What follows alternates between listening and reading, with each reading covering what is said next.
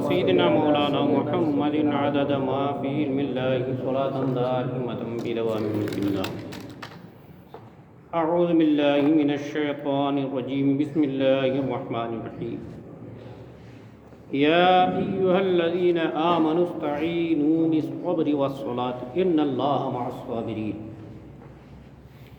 اے ایمان والو، صبر اور نماز سے مدد چاہو.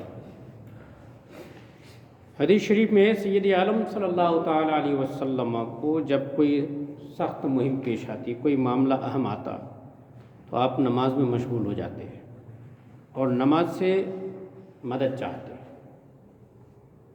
اب اس کے لیے کوئی وقت وغیرہ کی ضرورت نہیں، صرف مکروہ وقت نہ ہو، اس کو صلاۃ حاجت بولتے ہیں. حاجت کی نماز 3 ہیں. ایک تو اپنے کسی بھی دینی دنیاوی ضرورت کے لیے اللہ کی بارگاہ کی طرف متوجہ ہو کے نماز پڑھنا، صلاۃ الحاجت کی نیت سے پڑھتے ہیں اس کو. ایک ہے استسقاء کی نماز. یہ عمومی ضرورت، جب جیسے بارش نہیں ہو رہی ہے، دیر ہو گئی، مہینہ نکل رہا ہے برسات کا، بارش نہیں ہو رہی ہے اور خلق خدا بارش نہ ہونے کی وجہ سے پریشان ہے، تو اس میں استسقاء کی نماز پڑھنے کی ضرورت رہتی ہے.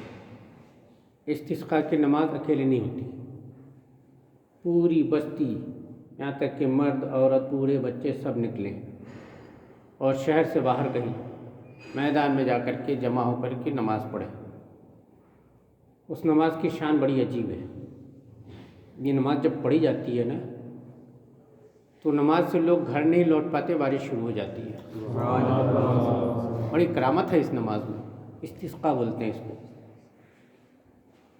اب اس کے لیے چونکہ آج کل نہیں پڑھتے لوگ، اس کی جو اہمیت ہے، ایک تو سب کو نکلنے بولیں گے، جیسے ہمارے گوندیا میں بول دو 11 بجے ہم لوگ بھی عیدگاہ میں استسقاء پڑھیں گے، تو لوگ 12 بجے پہنچ رہے ہوں گے. 1.5 گھنٹہ لیٹ چلتے ہی ہیں یہاں کا آدمی. 9 بجے عید کی نماز بولتے ہیں تو 10:15 بجے کھڑا کرتے ہیں. اس سے پہلے کھڑا کر لیے تو لوگ غصہ جائیں گے، چھوٹ گئے نا، اب کہاں پڑھیں گے. یعنی ٹائم بتا دینے کے بعد بھی چھوٹ جاتے ہیں. جب لوگوں کے پاس گھڑیاں نہیں تھی، ٹائم نہیں بتاتے تھے، اور تب نہیں چھوٹتا تھا کوئی نماز پڑھنے سے. دوسرا یہ کہ استسقاء کی نماز میں جو لوگ کھڑے ہوں، اکثر لوگ ایسے ہوں جن کے فرض باقی نہ ہوں، اور یہاں اکثر لوگ ایسے ہیں جن کے فرض چھوٹے ہوئے ہیں. اکثر مطلب 51% لوگ کم سے کم ایسے ہوں جن کے فرض نماز چھوٹے نہ ہوں. یہاں 51% نہیں، 20% بھی نہیں ملیں گے جن کی فرض نماز باقی نہیں ہے. کیسے پڑھیں گے؟ اب ایسی صورت میں پڑھ لیں گے نماز، بارش ہوگی نہیں تو پھر لوگوں کا عقیدہ اٹھ جائے گا کہ یار اس میں بھی کچھ نہیں ہوتا ہے نا. اس لیے ڈر لگتا ہے. ورنہ استسقاء کی نماز وہ نماز ہے کہ اس نماز کو پڑھو، اللہ پاک فوراً بارش برسا دیتا ہے. چاہے بادل ہو نہ ہو، موسم ہو نہ ہو، بس بندے جمع ہو کر کے اللہ کی بارگاہ میں رجوع لائے. استسقاء کی نماز پڑھنے کے بعد چادر گلے میں رکھتے ہیں اور چادر کو پلٹ دیتے ہیں. استسقاء کی نماز ایک ایسی نماز ہے کہ اس میں الٹے ہاتھ دعا مانگی جاتی ہے. سمجھ گئے؟ اکیلی استسقاء کی نماز میں، اور کھڑے ہو کے دعا مانگی جاتی ہے، بیٹھ کے نہیں. کھڑے ہو کے دعا مانگتے ہیں، الٹے ہاتھ دعا مانگتے ہیں. اس نماز میں اللہ تبارک و تعالیٰ نے بڑی برکتیں رکھی ہے. اب وہ چونکہ بڑے لوگ ملتے نہیں ہیں، میں الہ آباد میں نے دیکھا ایک جھولا شاہ گھوما کرتے تھے، مستان آدمی ایسے مست گھوما کرتے تھے سمد آباد والی مسجد میں، وہ ڈیرا ڈالے رہتے تھے. ایک مرتبہ بہت تیز گرمی اور بارش ہو ہی نہیں رہی ہے، موسم نکلا جا رہا ہے. لوگوں نے کہا بابا تم بھی کچھ نہیں کر رہے ہو. ارے جو کرنا ہوگا اللہ کرے گا. بولے میں کیا کروں گا. انہوں نے کیا کیا، سب گھروں سے بچوں کو نکالا. بولے قاضی شہر تو نماز استسقاء کا اعلان نہیں کریں گے، ان کو ڈر ہے کہ ہمارے لوگ نماز نہیں پڑھتے. ایسا بولے وہ. اب میں یہ انتظام کرتا ہوں، تم لوگ کہہ رہے ہو. تو اس کو کہتے ہیں ولی. بات خالی نہیں جانے دیتے. دیکھ سب گھروں سے بولے چھوٹے چھوٹے بچوں کو نکالو. 25-30 چھوٹے چھوٹے بچے نکلے، 10 سال سے نیچے عمر کے،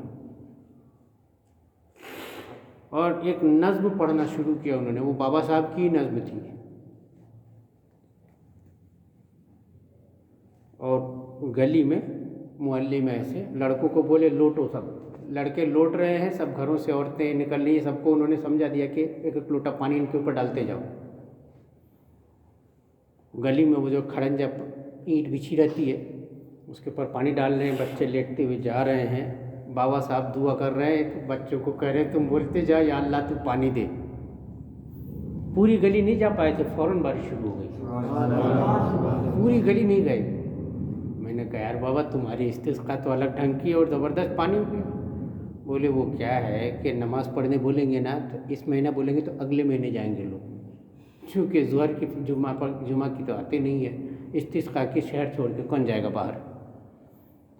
تو ہم نے اپنا طریقہ اپنایا کہ اللہ پاک ان گناہ گاروں کے اوپر رحم نہ کرے تو نہ کرے، یہ بیچارے تو چھوٹے چھوٹے ہیں، ہے نا، انہوں نے کون سا گناہ کر لیا ہے، ان کی دعا تو رد نہیں ہوگی، تو میں نے ان کے حساب سے کر لیا۔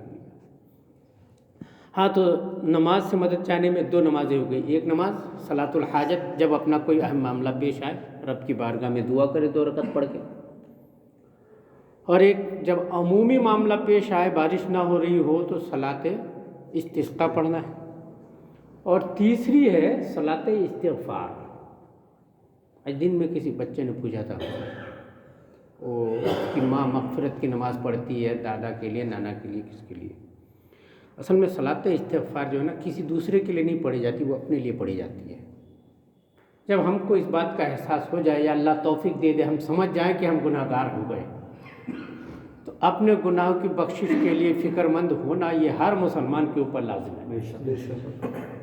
اور جیسے ہی آپ کو جس دن سمجھ میں آ جائے کہ ہاں ہم سے گناہ ہو گیا ہے، گناہ ہو گیا کہ مطلب بہت بڑا پاپ فرعون نمرود جیسا ہی نہیں، ہم بہت سے ایسے بھی گناہ کر ڈالتے ہیں جن کو ہم گناہ ہی نہیں سمجھتے، ہے نا۔ تو اپنے گناہوں کا جب احساس ہو جائے بس 2 رکعت نماز اللہ کی بارگاہ میں کھڑے ہو کر کے پڑھیے، اس کو صلاۃ التوبہ بھی بولتے ہیں، صلاۃ استغفار، وہ خاص اپنے لیے ہے۔ اور صلاۃ استغفار کی خاص بات یہ ہے کہ بندوں کو کئی دفعہ ایسا ہوتا ہے گناہوں میں ملوث رہنے کی وجہ سے اللہ کی جانب سے رحمت کا نزول کم ہو جاتا ہے اس کی طرف، یعنی روزی میں برکت نہیں ہوتی، گھر میں پریشانیاں رہتی ہیں، جھگڑے ہوتے ہیں، پریشان حال رہتا ہے، جس کام میں ہاتھ ڈالتا ہے نقصان ہوتا ہے۔ ہم لوگ سمجھتے ہیں کسی نے کچھ کر دیا، کوئی کیوں کرے گا، ہم خود اپنے اوپر کیے ہوئے بیٹھے ہیں، جب چاروں طرف سے گناہ ہم گھیر لیں گے تو ایسے ہی تو ہوگا نا۔ تو ایسی صورت میں 2 رکعت نماز صلاۃ استغفار یا صلاۃ التوبہ کی پڑھیے، اور دل سے اللہ کی بارگاہ میں توبہ کیجیے، یا اللہ جو گناہ ہو گئے انہیں بخش دے، آئندہ وعدہ کرتا ہوں گناہ نہیں کروں گا۔ اسی دن سے آپ کے رزق میں برکت شروع ہو جائے گی، اگلا دن نہیں آئے گا، اسی دن جس دن آپ نے یہ نماز پڑھی اسی دن سے برکت شروع ہو جائے گی۔ اتنی زبردست ہے، چونکہ یہ اللہ کا وعدہ ہے نا، صبر اور نماز سے مدد چاہو۔ مدد چاہنے کے لیے اللہ نے اپنی مدد کا وعدہ کیا اور فرمایا صبر کرو اور نماز پڑھو۔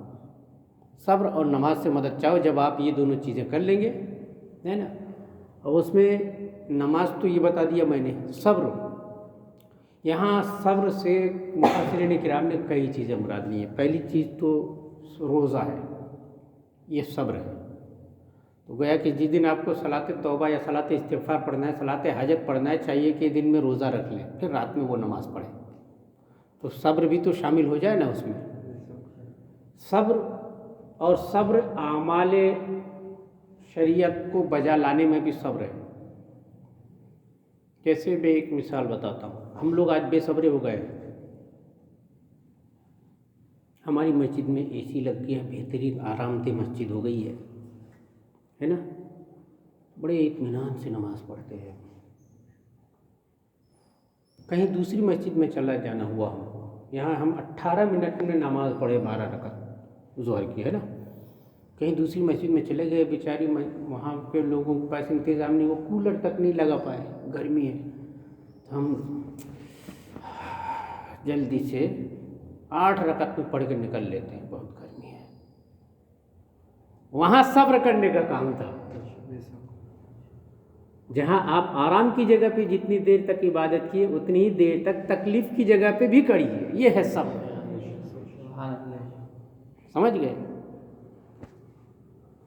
روزے کو آدھا صبر اسی لیے کہا گیا ہے کہ چاہے دھوپ ہو، گرمی ہو، جیسی بھی سختی کا موسم ہو، آپ کو پیاس، درد، بھوک لگی ہو اور سب چیز موجود ہے، پھر بھی آپ اللہ کے حکم کے آگے سر تسلیم خم کرتے ہوئے ہے نا اپنے روزے کو باقی رکھتے ہیں، یہ صبر کرنا پڑتا ہے۔ ایسے ہی نماز میں صبر ہے، سمجھ گئے؟ آرام ہو، تکلیف ہو، جاڑا ہو، گرمی ہو، بہار ہو، برسات ہو، جیسا بھی موسم ہو جائے، ہم اللہ کی بارگاہ میں آ گئے تو اب صبر سے کام لینا ہے اپنے کو۔ حضرت جن کے دن میں فرض باقی ہے ہاں، وہ پڑھ سکتے ہیں نماز؟ کون سی؟ جن کے دن میں فرض باقی ہے پہلے فرض ہی ادا کرنا پڑے گا، یہ نفل نمازیں ہوتی ہی نہیں ہیں فرض کے باقی رہتے ہوئے۔ اس کو سلام بھائی ایک مثال سے سمجھا دیتا ہوں۔ ایمان جو ہے نا زمین ہے، آپ کو ایک بلڈنگ بنانی ہے، میٹیریل چاہیے آپ کو، ہے نا؟ زمین آپ کا ایمان ہے۔ اب اس کے بعد جو آپ دیواریں بنائیں گے، جس میٹیریل کی بھی بنائیں گے، مثلاً اینٹا گارا وغیرہ چاہیے آپ کو دیوار بنانے کے لیے، یہ آپ کے فرض ہے۔ کھمبے، اینٹا گارا جو کچھ بھی آپ ڈالنا چاہتے ہیں، یہ کیا ہے؟ فرض ہے۔ اور اس کے اوپر جو آپ پلاسٹر چڑھائیں گے، دروازے کھڑکیاں وغیرہ لگائیں گے، یہ واجبات ہیں۔ اس کے اوپر جو رنگ و روغن کریں گے وہ سنتیں ہیں، سمجھ گئے؟ اب اس کے بعد نقش و نگار وغیرہ کا جو معاملہ ہے نا، یہ مستحبات ہیں، نفل یہ۔ تو اب آپ نے ابھی مکان بنایا ہی نہیں اور رنگ پھینکنے لگ گئے، نقش و نگار بنا رہے، تو اس سے زیادہ بیوقوفی اور کیا ہو سکتی ہے کہ ہوا میں تھوڑی ٹکے گا۔ تو آپ کے لیے سب سے پہلی بنیادی چیز تو یہ ہے کہ آپ کی زمین ہو، زمین مطلب ایمان ہو۔ پھر زمین پہ جو عمارت بنا رہے ہیں، اس عمارت کی جو بھی میٹیریل ہے وہ فرض کے درجے میں، تو پہلے وہ ہو، اور پھر اس کو ترتیب سے، ڈھنگ سے ترتیب دینے کا جو ہے وہ ہے واجبات ادا ہو آپ کے، ہے نا؟ اس کے بعد پھر اس کو پلاسٹر ولاسٹر رنگ ونگ کرنے کا ہے نا؟ تو یہ ہو گیا، اس کے اوپر جا کے سنتوں کا معاملہ ہے، سمجھ گئے؟ اسی لیے نماز میں جیسے دروازے کھڑکی وغیرہ پلاسٹر لاستر، یہ واجبات کے درجے میں۔ جیسے نماز میں کوئی واجب چھوٹ جائے تو ہم بولتے ہیں واجب الاعادہ، یعنی ابھی کام باقی ہے، کرنا پڑے گا۔ ایسے دروازے نہیں لگائے، پلاسٹر نہیں کیے نا، تو ابھی کام باقی ہے۔ اور پلاسٹر ولاسٹر کر لیے، دروازے کھڑکی لگا لیا آپ نے، تو اب رنگ نہیں بھی کریں گے تو رہنے لائق ہو گیا وہ، ہے نا؟ مگر پھر بھی رنگ نہیں کیے تو جو بھی آئے گا بولے گا کہ یار اتنا خرچہ کیے، رنگ ہی نہیں کر سکے، تو بتائی ہی نہیں کرے، ہے نا؟ یہ ہے ڈانٹ پھٹکار پڑنے والی ہے، سنت نہیں ادا کرے تو، سمجھ گئے؟ اب اس کے اوپر ہے نقش و نگار وغیرہ جو ساج سجا بعد میں کرتے ہیں، وہ مستحبات ہیں۔ یہ اصول ہر امور پہ، ہر چیز میں لاگو ہے۔ صلاۃ توبہ کے لیے بھی ہم لوگ، ہاں، صلاۃ توبہ چونکہ وہ بھی مستحب ہے، نفل ہے، تو اگر فرض باقی ہے، یعنی اپنی بلڈنگیں نہیں بنائی، وہ ایسے ہی آپ چلے نقش و نگار بنانے کے لیے، تو وہ تو ٹکے گا ہی نہیں نا، کہاں پہ ٹکائیں گے اس کو؟ اس کو ٹکنے کے لیے جگہ تو چاہیے۔ تو اس کے لیے بھی ضروری ہے، اب ایک آدمی کو صلاۃ توبہ پڑھنا ہے، 20 سال کی نماز چھوٹی ہے، تو اس کے لیے ہمارے بزرگوں نے ایک طریقہ دیا ہے کہ اب دل سے توبہ کر لو اور یہ اللہ سے پکا وعدہ کر لو کہ جو چھوٹی ہے ان کو ادا کروں گا، آگے ایک بھی نہیں چھوڑوں گا۔ یہ اگر آپ پکا کر لیں تو امید ہے کہ اللہ قبول فرما لے۔ سبحان اللہ، سبحان اللہ۔ سمجھ گئے؟ اب اس میں توبہ کرنے میں، صلاۃ التوبہ میں یہ ہے کہ آپ صرف کسی ایک گناہ سے توبہ نہ کریں، اللہ رسول کی تمام نافرمانیوں سے توبہ کر لیں، یہ ہے۔ کیونکہ توبہ کا توفیق مل جانا بھی اللہ کی بہت بڑی نعمت ہے۔ بڑے بڑے ہو گئے، توبہ کی توفیق نہیں ملی، بنا توبہ کیے مر کے چلے گئے۔ اور اگر ہم کو اللہ نے توبہ کی توفیق دے دیا، ہم نے نماز مثلاً ابھی 20 سال کی تو اکٹھے نہیں ادا کر سکتے، ہم نے توبہ کر لیا، اب ادا کرنا شروع کیا قضاء عمری، ہم نے تو 4-10 دن ادا کیے اور چلے گئے، نمبر آ گیا اپنا، ٹکٹ کنفرم۔ تو امید ہے کہ اللہ تبارک و تعالیٰ توبہ کی تو فعل میں وہ جو 2 رکعت ہم نے پڑھی تھی، وہ 2 رکعت 20 سال کی نماز بنا ڈالے۔ قبولیت کی بات ہے، یہ بات اس طرح سے آئی ہے۔ مگر ہم جب یہاں پہلی سال آئے تھے گوندیا میں، تو رمضان شریف میں لوگوں نے ایک پرچہ چھاپ کے بٹایا، وہ پرچے میں کیا لکھا تھا؟ یہ 4 رکعت نماز ایسے ہے، پڑھ لو، 50 سال کی نماز ہو گئی۔ میں نے کہا یہ 4 کون سی آ گئی جو 50 سال کی؟ اتنا شارٹ تو کوئی بھی کر لے گا، بولے گا پھر کیا ضرورت ہے 50 سال نماز پڑھنے کی، اکٹھے 4 پڑھ دو ہو گیا کام۔ یہ اس طرح سے ہے کہ 2 رکعت ہے، وہ 2 رکعت صلاۃ التوبہ اگر اللہ نے قبول فرما لیا اور آپ نے اس کے بعد دل سے کیا اور ادا کرنا شروع کر دیا اور پھر زندگی نے ساتھ نہیں دیا، آپ چلے گئے، تو امید کی جاتی ہے، پکا نہیں ہے، امید کی جاتی ہے کہ اللہ تبارک و تعالیٰ اس 2 رکعت کو 20 سال کی نماز کا کفارہ کر دے گی۔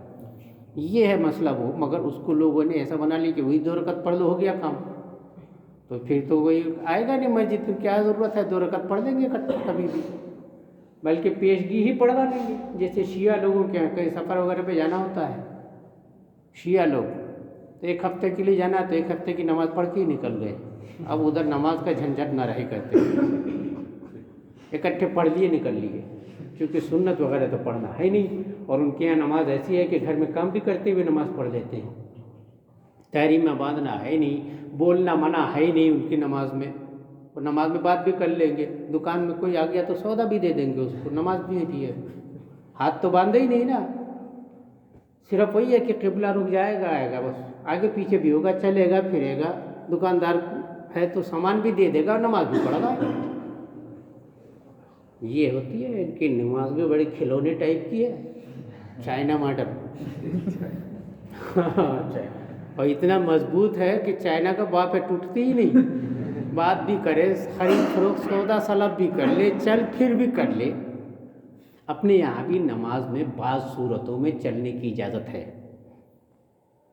کچھ صورتیں ایسی ہیں، بات آ گئی ہے تو بتا دیتا ہوں۔ مثلاً 2 لوگ ایک صف میں نماز پڑھ رہے جماعت کے ساتھ، ایک تیسرا آدمی آ گیا، تو حکم یہ ہے کہ جو امامت میں ہے وہ آگے بڑھ جائے، آگے بڑھنے کی جگہ نہیں ہے تو ایک کو پیچھے کھسک جانے کا حکم ہے کہ 2 لوگ پیچھے ہو جائے، ایک آگے ہو گیا، یہ چلنا ہوا نا، ایک چلنا یہ ہوا۔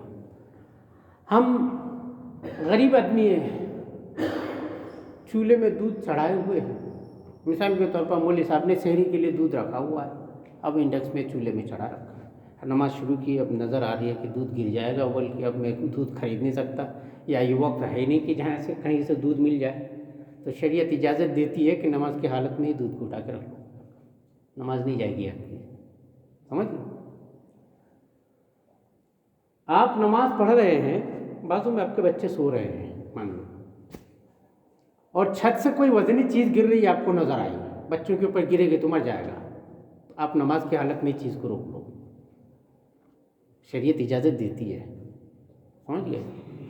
اور ایسی صورتیں ہیں دروازہ بند کر لیے ہے، اپنے اندر نماز پڑھ رہے ہو، آپ کا اپنا کوئی ہے وہ دروازہ آ کے زور زور سے کھٹکھٹا رہا ہے اور باہر اس کو دشمن پیچھے کر رہے ہیں، تو اس کو بچانے کے لیے کیا ہے، نماز کی حالت میں دروازہ کھول دو۔ اس میں صرف شرط یہ رہے گی کہ آپ کا سینہ قبلہ سے نہیں پھرنا چاہیے، چونکہ اگر سینہ قبلہ سے پھر گیا تو آپ کا تحریمہ ٹوٹ جائے گا، تو پھر نماز پھر سے پڑھنا پڑے گی، اور اگر سینہ قبلہ سے نہیں پھرا، آپ اسی حالت میں گئے، دروازہ کھول کے آ گئے، نماز میں قائم ہے، تو آپ کی نماز ہو جائے گی۔ ایک اور صورت ہے کہ آپ نماز سے گئے، سینہ بھی پھرا اور آ بھی گئے، پھر بھی نماز سے باہر نہیں ہوئے، آپ نماز پڑھ رہے جماعت کے ساتھ، بیچ میں 2 رکعت پڑھ کے آپ کا وضو ٹوٹ گیا، تو کیا کریں گے، سیدھے اسی حالت میں الی اقرب اوضاعہ، سب سے قریب جگہ جہاں آپ کو پانی ملے وضو کرنے کے لیے، آپ یہاں سے نماز سے باہر نکل کر کے جائیں گے، سب سے قریب والی جگہ میں وضو کریں گے، اور وضو میں پھر آدھے گھنٹے کے مسواک نہیں کرنا ہے، 4 فرض وضو کے ادا کرنا ہے اور آ کے نماز میں شامل ہو جانا ہے، آپ کی پہلی نماز باقی ہے، آپ کی نماز ٹوٹی نہیں، جبکہ آپ گئے آئے سب کچھ کرے۔ ایک اور صورت تھی جو اب نہیں ہے، انبیاء کرام اگر حکم فرمائے، ہمارے آقا صلی اللہ تعالیٰ علیہ وسلم نے صحابہ کو حکم دیا، نماز کی حالت میں حکم دے دیا کہ جاؤ بازار سے یہ چیز لے آؤ، بازار سے بندہ گیا، بازار سے سامان خرید کے لایا، اور نماز میں باقی ہے، چونکہ اللہ کے فرما برداری کے ساتھ ساتھ رسول اللہ کے فرما برداری کو قرآن میں ملا دیا گیا ہے، تو ابھی بھی وہ اللہ رسول کی فرما برداری میں ہے، تو اس کی نماز ٹوٹی نہیں۔ اس کو بھائی لوگوں نے اپنے طور پر دکانداری میں لا لیا، سمجھ گئے، چونکہ ان کے یہاں ہر سال مجتہد پیدا ہوتے ہیں، اپنے مجتہدوں کا دور ختم ہو چکا ہے. اب جو ہمارے امام لکھ گئے ہیں ہم اس کو فالو کر کے چلیں گے. ہر سال نئے نئے مجدد پیدا کرتے رہیں گے، مجتہد پیدا کرتے رہیں گے تو ہو گیا کام. نہیں تو انہی کی جیسے ہو جائے گا. انہوں نے شریعت کا کباڑہ کر ڈالا. وہ مسئلہ ایسا تھا کہ نبی نے حکم دیا، سمجھ گئے. اب یہاں کون نبی حکم دینے والا ہے آپ کو؟ ایسا تو کوئی ہے ہی نہیں، ہے نا. تو یہ چند صورتیں ہیں کہ نماز میں آپ چل سکتے ہیں. وضو ٹوٹ گیا تو بھی چل سکتے ہیں، سمجھ گئے. اب اس میں جو وضو سے آپ وضو ٹوٹ گیا تو وضو کرنے کے لیے جو نکلے، یہ جو قدم آپ چلے یہ مانا جائے گا کہ آپ نماز میں نہیں چلے، سمجھ گئے. چونکہ وضو ٹوٹنے کے بعد آپ نماز سے باہر ہو چکے ہیں، مگر آپ کا تحریمہ باقی ہے اس لیے کہ آپ جماعت میں ہیں، سمجھ گئے. اس لیے جتنی جلدی ہو سکے نماز میں داخل ہو جائے. داخل ہونے کا طریقہ کیا ہے؟ کھٹاکھٹ وضو کر لو. جیسے ہی آپ کا وضو مکمل ہوا آپ نماز میں ہیں. اب جو آپ آ رہے ہیں نا تو اب نماز میں آ رہے ہیں. یہ جو چلنا آپ کا بعد والا چلنا ہے نا یہ نماز میں چلنا ہوا، مگر شریعت کی جانب سے اس کی اجازت ہے. آپ کی نماز ٹوٹی نہیں ہے. آپ آئیں گے، اب مان لو 2 رکعت پڑھ کے آپ گئے تھے، اب امام صاحب ابھی تیسری رکعت میں ہی آپ وضو کر کے آ گئے، آپ کو کچھ بھی نہیں کرنا پڑے گا. امام صاحب کے ساتھ 4 رکعت پڑھ لی، آپ کی نماز مکمل ہے. بیچ میں اگر امام صاحب کی 1-2 رکعت اور ہو گئی اور تب آپ آ کے پہنچ پائے تو اتنی رکعتوں کے لیے آپ مسبوق ہو گئے. ہاں، اتنی رکعت سے امام کے سلام پھیرنے کے بعد آپ اتنی رکعت آپ پڑھ لیں گے. اب اتنی رکعتوں کے لیے لاحق ہو گئے. اے ایمان والو، صبر اور نماز سے مدد چاہو، بے شک اللہ صبر والوں کے ساتھ ہے. وَلَا تَقُولُوا لِمَنْ يُقْتَلُ فِي سَبِيلِ اللَّهِ أَمْوَاتٌ بَلْ أَحْيَاءٌ وَلَٰكِن لَّا تَشْعُرُونَ. اور جو خدا کی راہ میں مارے جائیں انہیں مردہ نہ کہو. عام طور پر یہ آیت ہمارے مقرر حضرات پڑھ دیتے ہیں کربلا والوں کی شان بیان کرنے کے لیے. یہ آیت نازل ہوئی ہے میدان بدر کے شہیدوں کے بارے میں. جنگ بدر کے جو شہداء ہیں ان کے بارے میں یہ آیت نازل ہوئی. اصل میں ہوا یہ تھا کہ جنگ بدر میں جو مسلمان شہید ہوئے تھے، 12-14 مجاہدین شہید ہوئے تھے، تو وہ جو شہید ہوئے تھے تو مدینے میں طرح طرح کی باتیں لوگ کرنے لگے.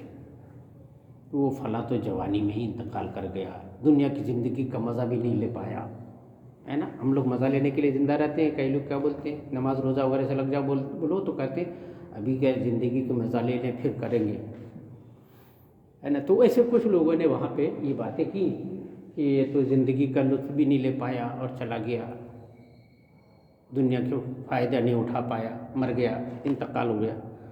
اللہ تبارک و تعالیٰ نے فرمایا انہیں مردہ نہ کہو بھائی. تم جیسا سمجھتے ہو نا کہ وہ مر گئے اور ختم ہو گئے، ایسا نہیں ہے. شہیدوں کا معاملہ الگ ہے. اور جو خدا کی راہ میں مارے جائیں انہیں مردہ نہ کہو بلکہ وہ زندہ ہیں. ہاں، تمہیں خبر نہیں ہے، موت کے بعد ہی اللہ تعالیٰ شہیدوں کو حیات عطا فرما دیتا ہے. ان کی روحوں پر رزق پیش کیے جاتے ہیں، انہیں راحتیں دی جاتی ہیں، ان کے عمل جاری رہتے ہیں، اجر و ثواب بڑھتا رہتا ہے. حدیث شریف میں ہے کہ شہداء کی روحیں سبز پرندوں کے قالب میں جنت میں سیر کرتے رہتی ہیں اور جنت کے میوے اور نعمتیں کھاتی ہیں، جنت کے نعمتوں سے فائدہ اٹھاتی ہیں. تو یہاں فائدہ نہیں ملا کھا رہے ہو، یہاں کی نعمتوں کی کیا بھی ساتھ ہے جنت کی نعمتوں کے آگے، وہ تو اور مزیدار نعمتیں لے رہے ہیں.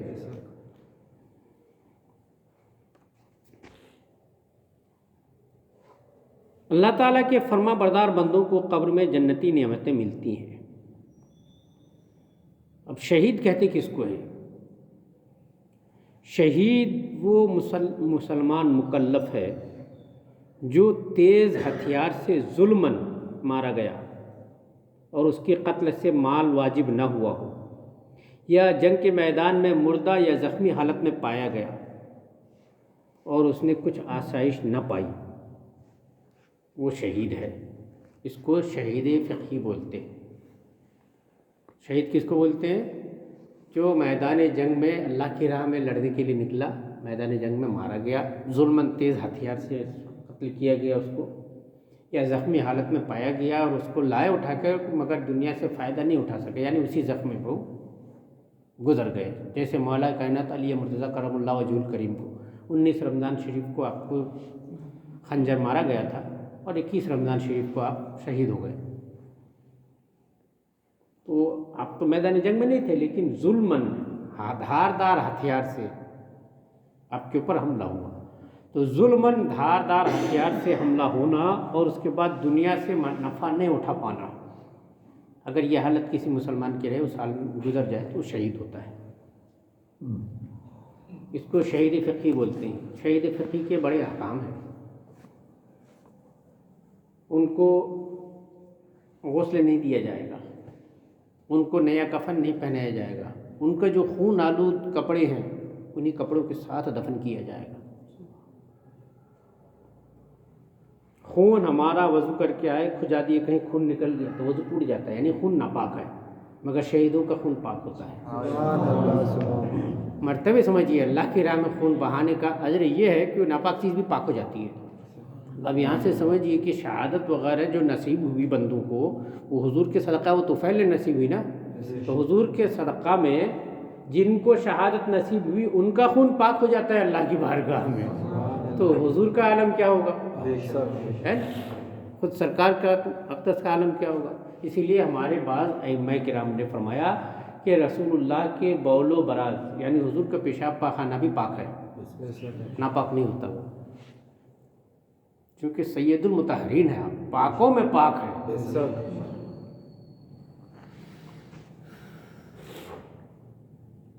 اس پر دنیا میں یہ حکام ہے کہ نہ اس کو غسل دیا جائے، نہ کفن اپنے کپڑوں میں ہی رکھا جائے گا. اسی طرح اس پر نماز پڑھی جائے گی، اسی حالت میں دفن کیا جائے گا. آخرت میں شہیدوں کا بڑا رتبہ ہے. اب کچھ شہید وہ ہیں جن پر دنیا میں یہ حکام تو نہیں ہے، لیکن آخرت میں شہادت کا ثواب ملے گا. جیسے ڈوب کر مر جانے والا، جل کر یا دیوار کے نیچے دب کر مرنے والا. ڈوب کر مر گیا کوئی، مگر یہ سب چیزوں کے لیے شرط ہے کہ وہ حلال کے طلب میں گیا ہو، فرض یا واجب ادا کرنے یا حلال کے طلب میں گیا ہو، حرام میں نہ گیا ہو. کیا سمجھے؟ کسی کی جاسوسی کرنے کے لیے ندی پار جا رہے تھے، ڈوب گئے، تو ویسے نہیں ہوگا پھر. ہاں، روزی کمانے کے لیے ندی میں گیا اور ڈوب گیا تو شہادت کا درجہ پائے گا.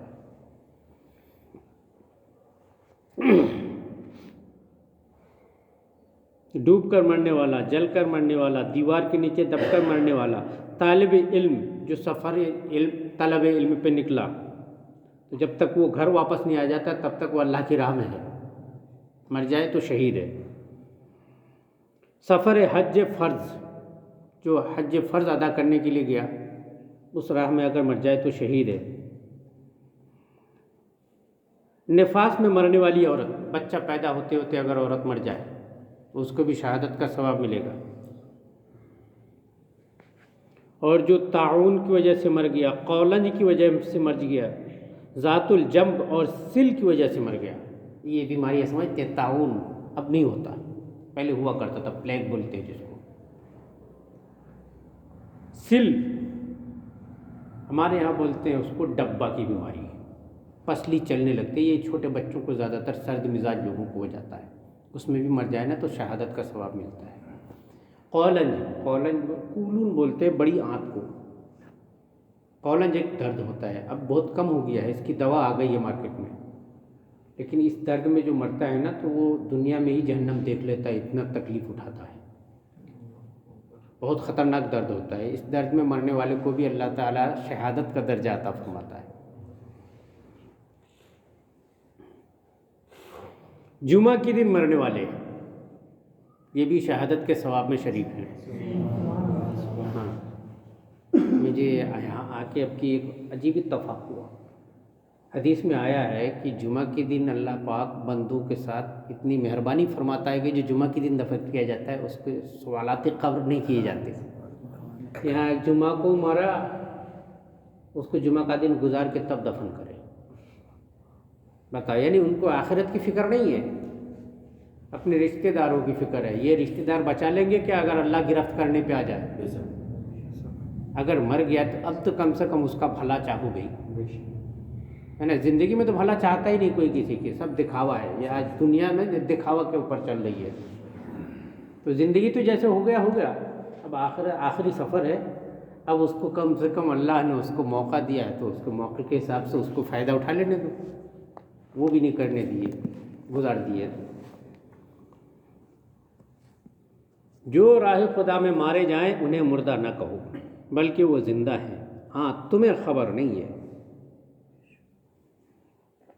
وَلَنَبْلُوَنَّكُمْ بِشَيْءٍ مِّنَ الْخَوْفِ وَالْجُوعِ وَنَقْصٍ مِّنَ الْأَمْوَالِ وَالْأَنفُسِ وَالثَّمَرَاتِ وَبَشِّرِ الصَّابِرِينَ الَّذِينَ إِذَا أَصَابَتْهُم مُّصِيبَةٌ قَالُوا إِنَّا لِلَّهِ وَإِنَّا إِلَيْهِ رَاجِعُونَ، اور ضرور ہم تمہیں آزمائیں گے کچھ ڈر اور بھوک سے۔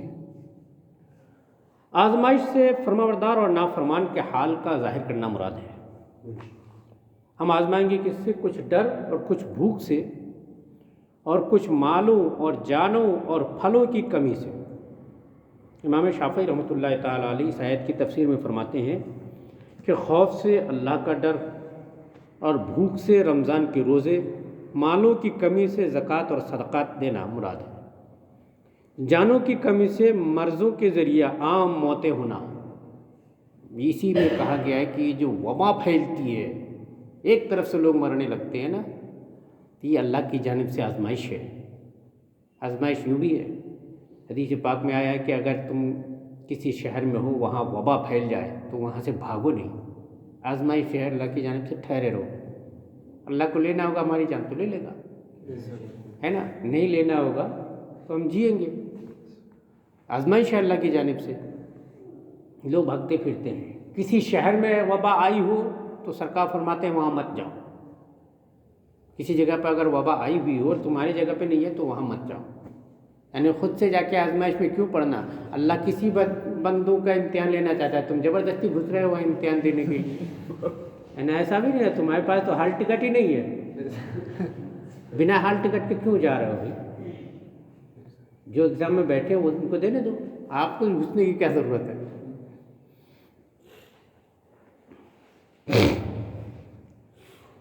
پھلوں کی کمی سے اولاد کی موت مراد ہے، کیونکہ حدیث میں آیا ہے اولاد دلوں کا پھل ہے۔ اولاد مرتی ہے تو یہ بندے کی آزمائش ہے۔ ہم لوگ بولتے ہیں کیا کہ بچے مر جاتے ہیں اپنے ماں باپ کو جنت میں لے جائیں گے، انشاءاللہ ضرور لے جائیں گے، مگر اس کی کچھ شرطیں ہیں۔ جب بچے کی روح نکلتی ہے، بچہ مرتا ہے، تو روحوں کو اللہ کی بارگاہ میں حضرت عزرائیل پیش کرتے ہیں۔ جب فرشتے لے جا کے اللہ کی بارگاہ میں پیش کرتے ہیں تو اللہ پاک فرماتا ہے تم نے میرے بندے کے دل کا پھل لے لیا۔ فرشتے عرض کرتے ہیں ہاں پروردگار تیرے حکم سے۔ پھر اللہ فرماتا ہے تم نے میرے بندے کو کس حال میں پایا، اس کا دل کیسا تھا؟ فرشتے عرض کرتے ہیں پروردگار وہ تیری مرضی پر راضی تھا، وہ تیری حمد بجا لاتا تھا اور کہتا تھا انا للہ و انا الیہ راجعون، کہ ہم اللہ ہی کے ہیں، ہمیں اللہ ہی کی طرف پلٹ کے جانا ہے۔ سمجھ گئے؟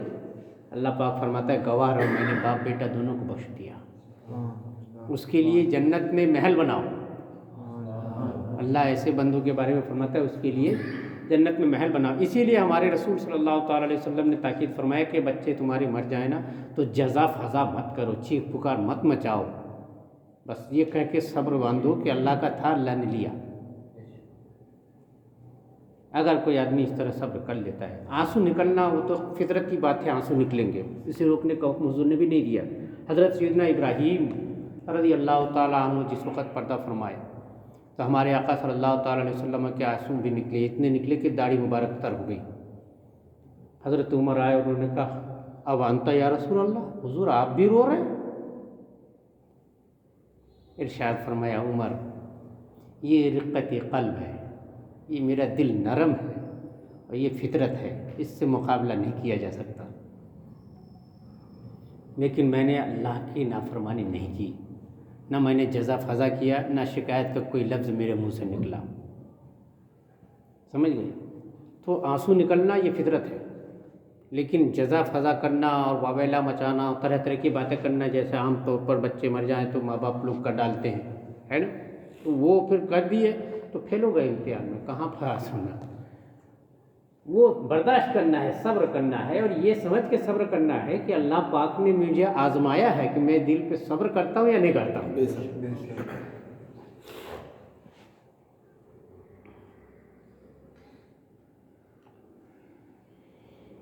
حکمت، مصیبت کے پیش آنے سے پہلے ہی اللہ تبارک و تعالیٰ نے خبر دے دی، اس میں کئی حکمتیں ہیں۔ کیا فرمایا؟ ہم تمہیں آزمائیں گے کچھ ڈر، کچھ بھوک، کچھ مالوں اور جانوں اور پھلوں کی کمی سے۔ پھر خوشخبری سنا ان صبر والوں کو کہ جب ان پر سب مصیبت آتی ہے تو کہتے ہیں ہم اللہ ہی کے ہیں، اللہ ہی کی طرف پلٹ کر جانا ہے، ان کو خوشخبری سناؤ۔ یہ جو اللہ پاک فرما رہا ہے تو پہلے ہی سے خبر دے دی اللہ نے، اس میں کئی حکمتیں ہیں۔ پہلی حکمت تو یہ ہے کہ آدمی کو مصیبت سے پہلے خبردار کر دینے کی وجہ سے اگر مصیبت آتی ہے تو صبر کرنا آسان ہو جاتا ہے۔ وہ سمجھ لیتا ہے کہ میرے رب کی آزمائش ہے، اللہ نے مجھے آزمایا، صبر کرو۔ دوسری حکمت یہ بھی ہے کہ جب کافر دیکھیں گے کہ مسلمان بلا اور مصیبت کے وقت صبر کرتا رہتا ہے، پھر بھی شکریہ کرتا رہتا ہے، جزا فضا نہیں کرتا، بھاگ دوڑ نہیں مچاتا، چیخ پکار نہیں کرتا، تو ان کو سمجھ میں آئے گا کہ ان کے دین پہ قائم رہنے کے کتنے ایمان مضبوط ہے، ان کے ایمان کی کتنی زبردست خوبی ہے۔ بیٹا مر گیا پھر بھی برداشت کیا وہ بیٹھا ہے، چپ چاپ اللہ کی رضا پہ راضی ہے، تو انہیں بھی دین کی خوبی معلوم ہوگی اور اس کی طرف رغبت ہوگی۔ ایک حکمت یہ ہے کہ آنے والی مصیبت کا پہلے سے خبر دے دینا یہ غیبی خبر ہے اور رسول اللہ کا معجزہ ہے کہ حضور کی طفیل میں پہلے سے بتا دیا گیا کہ ایسا ہوگا۔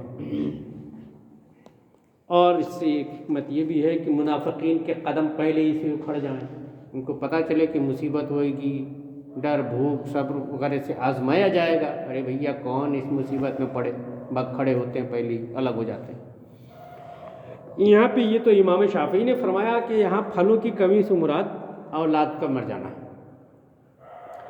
مفسرین کرام فرماتے ہیں کہ یہ واقعی میں اس کے یہ آیت ظاہر پر بھی محمول کیا جا سکتا ہے، اس میں کوئی حرج نہیں ہے۔ مثلا بھوک، تو بھوک بھی اللہ کی جانب سے آزمائش ہے، چاہے وہ رمضان شریف کی بھوک ہو اور اس کے علاوہ کی بھوک ہو۔ ایک آدمی کو کھانا ہی میسر نہیں تو کیا کھائے گا، ہے نا؟ اب اس میں آزمائش یہ ہے کہ اللہ تبارک و تعالیٰ دیکھتا ہے کہ بندہ حرام کی طرف تو نہیں بڑھ رہا ہے۔ اگر بھوکے رہنے کی وجہ سے بندہ حرام کی طرف چلا گیا تو پھر اپنے ایمان کی بنیاد کو کھو ڈالا، اس نے اللہ کی نافرمانی میں چلا گیا۔ اور اگر بھوکا رہ رہا ہے پھر بھی اللہ کی بارگاہ کی طرف دیکھ رہا ہے، یا اللہ تو نے بھوک دیا ہے، تو ہی بھوک کو مٹائے گا بھی، ہے نا؟ مجھے حلال ذریعہ سے رزق عطا فرما دے۔ اگر اللہ ہی سے مانگتا ہے تو اللہ پاک خوش ہوتا ہے، چلو میرا بندہ میری طرف پلٹ کے آیا، سمجھ گئے؟ مالوں کی کمی، آپ نے اپنے طور پر یہ امید لگائی کہ ہم نے اتنا کمایا، اس کو اس دھندے میں لگایا، اب اس میں اتنی برکت آئے گی، اور نہیں ہوئی، گھاٹا ہو گیا۔ یہ آزمائش اللہ کی جانب سے ہے کہ تم صبر کرتے ہو یا پھر تم بھی بے ایمانی کرنے کے حساب سے آگے بڑھ جاتے ہو۔ کئی لوگ ہوتے ہیں نا، ارے مجھے ٹھگ لیا گیا، اب میں بھی دیکھتا ہوں کتنا دماغ تمہارے پاس ہے، کتنا میں پٹا سکتا ہوں، ہے نا؟ تو لوگ بھی ایسے ٹھگنے کے راستے پہ نکل پڑتے ہیں، حرام کی طرف نکل پڑتے۔ آزمائش ہے وہاں پہ، رک جاؤ، تمہارا ٹھگا گیا، تمہارا نقصان ہو گیا، برداشت کر لو، اللہ آزما رہا ہے، یہ سمجھ کے برداشت کر لو۔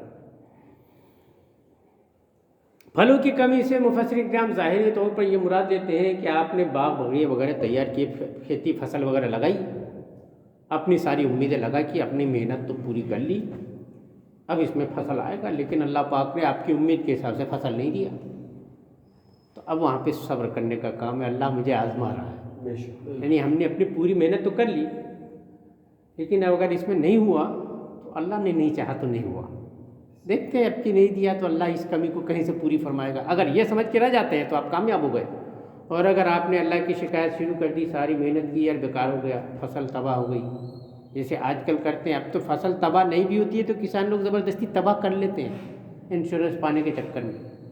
ہمارے بنگال میں اللہ کی پناہ، کیونکہ گورنمنٹ نے ایسا، اسٹیٹ گورنمنٹ نے پلان بنا دیا ہے، دھان کی فصل تباہ ہو تو 6,000 روپے ایکڑ دے گی، سمجھ گئے؟ گیہوں کی تباہ ہو تو 4,000 روپے ایکڑ دے گی، ایسا گورنمنٹ نے طے کر دیا ہے۔ تو بھائی لوگ کیا کرتے ہیں، گورنمنٹ کو دھوکہ دینے اور معاوضے کو پانے کے لیے اپنی فصل خود ہی تباہ کر ڈالتے ہیں۔ ان کو معلوم ہے کہ پیداوار کم ہو رہی ہے، اتنا تو ہو نہیں پائے گا، تو اس کو تباہ ہی کر دیتے ہیں، گورنمنٹ سے لے لیں گے۔ تو تباہ کیسا کرتے ہیں، کاٹ کے لا کے بیچ بیچ میں سے جانوروں کو کھلا دیا۔ پتلا کر دیا، تھوڑا بہت جو بچا ختم ہے نا، اس کو بند دکھا دیا ہے نہیں، پانی میں ڈبا دیا خود ہی پیٹ پاٹ کر کے، تباہ ہو گیا، زبردستی کے الٹے سیدھے اسپرے کر ڈالا، مر گیا وہ،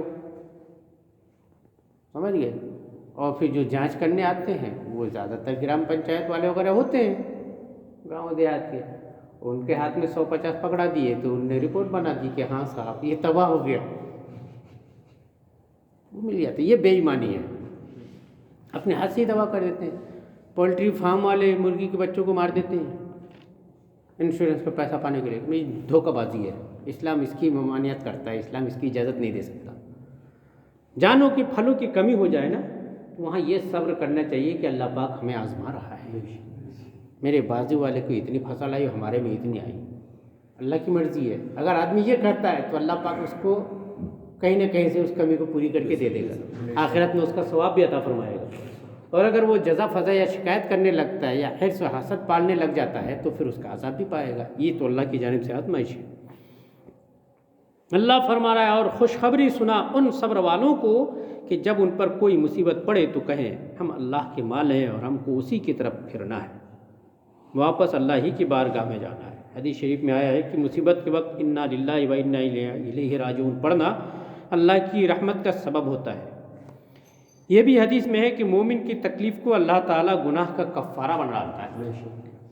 آزمایا اس نے اور اس تکلیف پہ آپ نے صبر کر لیا، انا للہ پڑھ لیا، تو آپ کی تکلیف کے وزن برابر اللہ تعالیٰ آپ کے گناہوں کو مٹا دیتا ہے۔ تو یہ ہر صورت میں فائدے کا سودا ہے نا، اللہ کی رضا الگ حاصل ہوئی، آگے اس کی رحمت کے فعل میں جو کمی ہوئی اس کو پوری بھی کر دے گا اور پھر اس کے بدلے میں آپ کے گناہ بھی مٹا دے گا۔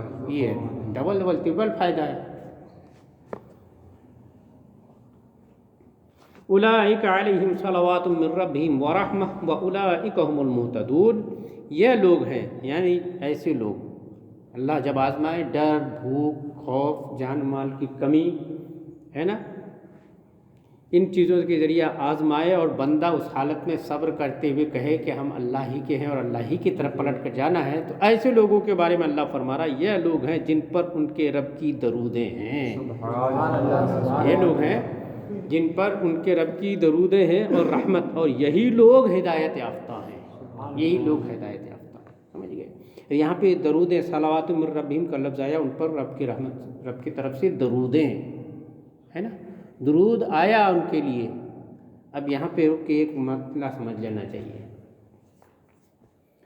درود کا مطلب اللہ کی جانب سے، اگر درود اس کا مطلب یہ ہے کہ اللہ کی جانب سے رحمتوں کا نزول، اور درود دنیا اور آخرت دونوں کو عام ہے، دنیاوی بھی اور اخروی بھی رحمتیں، سمجھ گئے۔ اس کے لیے ہم اپنے مرحومین، اپنی رب کی بارگاہ میں ہم یہ امید لگاتے ہیں، جیسے ہمارے باپ انتقال کر گئے تو ہم ان کو لکھ سکتے ہیں، بول سکتے ہیں والد گرامی رحمۃ اللہ علیہ، ان پر اللہ کی رحمت ہو۔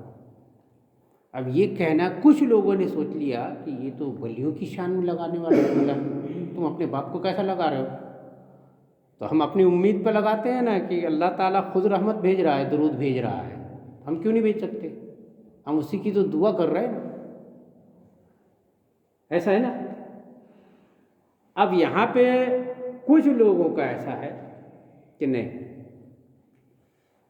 الفاظ خاص ہو چکے، علیہ السلام نبیوں کے نام کے ساتھ، رضی اللہ عنہ صحابہ کے نام کے ساتھ، اولیاء کرام کے نام کے ساتھ رحمۃ اللہ تعالیٰ علیہ، ان پر اللہ کی رحمت ہو، ہے نا۔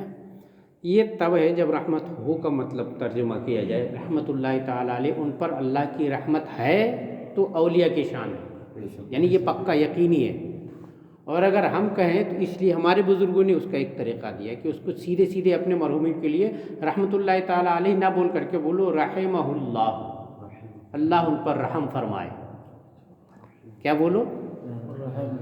ہاں، تو اپنے مرحومین جو ایمان کے ساتھ اس دنیا سے رخصت ہوئے، جن کے بارے میں ہم یہ جانتے ہیں کہ ایمان کے ساتھ رخصت ہوئے، ان کے لیے ہم کیسے کہیں؟ رحمہ اللہ، اللہ ان پر رحم فرمائے، یہ کہہ سکتے ہیں۔ رحمۃ اللہ تعالیٰ علیہ نہیں، رحمۃ اللہ تعالیٰ علیہ کا کیا مطلب ہے؟ ان پر اللہ کی رحمت ہے، یہ ہم کو پتہ ہی نہیں ہے، پتہ نہیں ہمارے مرحومین بخشے گئے نہیں بخشے گئے، اللہ نے رحم فرمایا نہیں فرمایا، لیکن ہم دعا تو کر ہی سکتے ہیں بالکل ویسے ہی جیسے ہم جنازے میں ان کے بخشش کی دعا مانگتے ہیں، اپنے نمازوں میں ان کے لیے دعا مانگتے ہیں بخشش کی۔ ہر نماز میں اپنے باپ باپ کے لیے دعا مانگتے ہیں آپ؟ کب مانگتے ہیں؟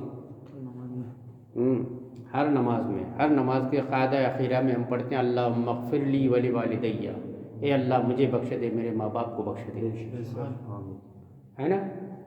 وَلِجَمِيعِ الْمُؤْمِنِينَ وَالْمُؤْمِنَاتِ، اور تمام مومنین مومنات کو بخش دے۔ نماز کو اگر واقعی میں ہم سمجھ کے پڑھیں تو یہ اتنی بڑی نعمت ہے کہ نماز پڑھنے والا کسی دوسرے مسلمان سے کینہ رکھ ہی نہیں سکتا، اس کو شرم لگے گی کہ یار میں تو ابھی ابھی اللہ کی بارگاہ میں بول کے آیا ہوں کہ ان کو بخش دے، اور باہر نکل کر کے اس کو پھنسانا چاہتا ہوں۔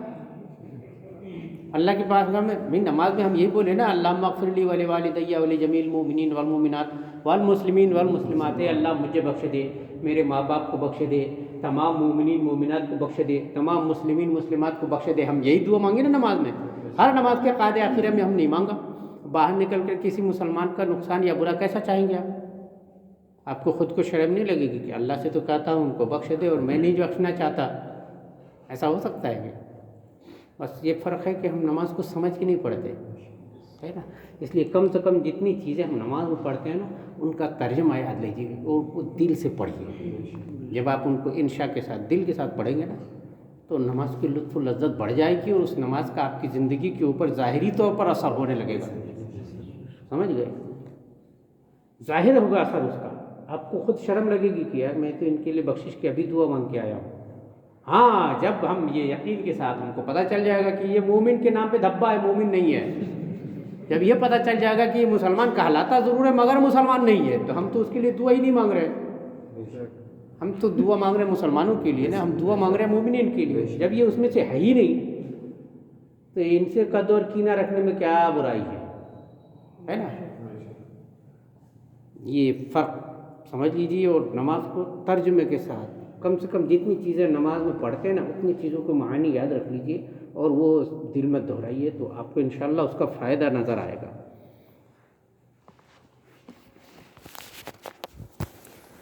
اعوذ باللہ من الشیطان الرجیم، بسم اللہ